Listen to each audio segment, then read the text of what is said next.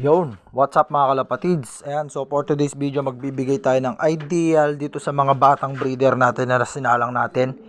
So sa tingin ko mukhang nai-stress sila kasi first time nila mangitlog, kaya kontrahin na natin yung stress para mairaos nila yung kanilang pangingitlog ng maayos. Ayan, magbibigay tayo ng ideal pills.